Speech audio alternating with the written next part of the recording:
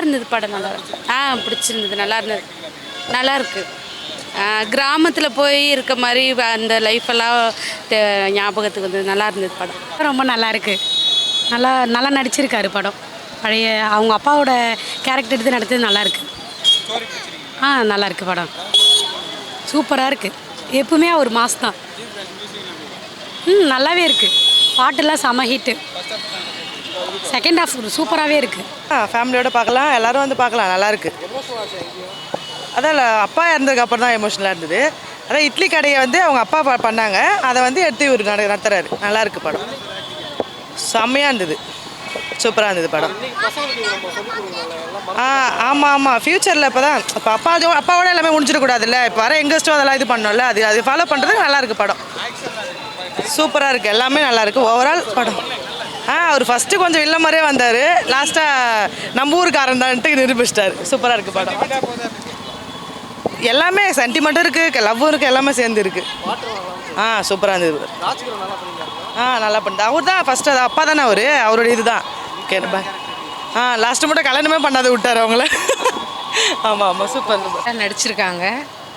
நல்ல கதை, ஃபேமிலியோடைய கதை. நிறைய சீனில் வந்து ஃபேமிலியோடு அழுதுட்ருக்கோங்க சார்.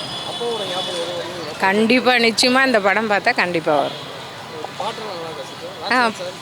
சார் நல்லா நடிச்சிருக்காங்க. ராஜ்குமார் சார் ரொம்ப அருமையாக நடிச்சிருக்காங்க. அப்பா கேரக்டரு பரவாயில்ல.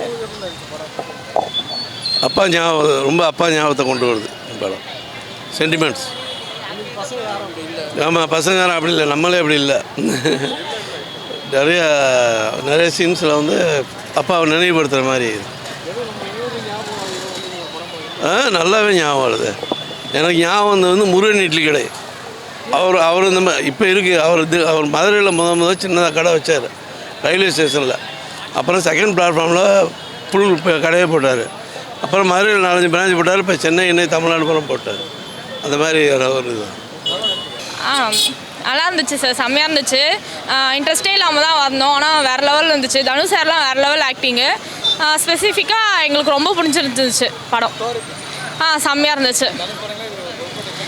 ஓகே. திருச்சிற்றம்பலம், ஏற்கனவே திருச்சிற்றம்பலமும் நித்யா மேனனும் தனுஷ் சாரும் ஒன்றா நடிச்சிருப்பாங்க. அதை விடவே இது ரொம்ப நல்லா இருந்துச்சு.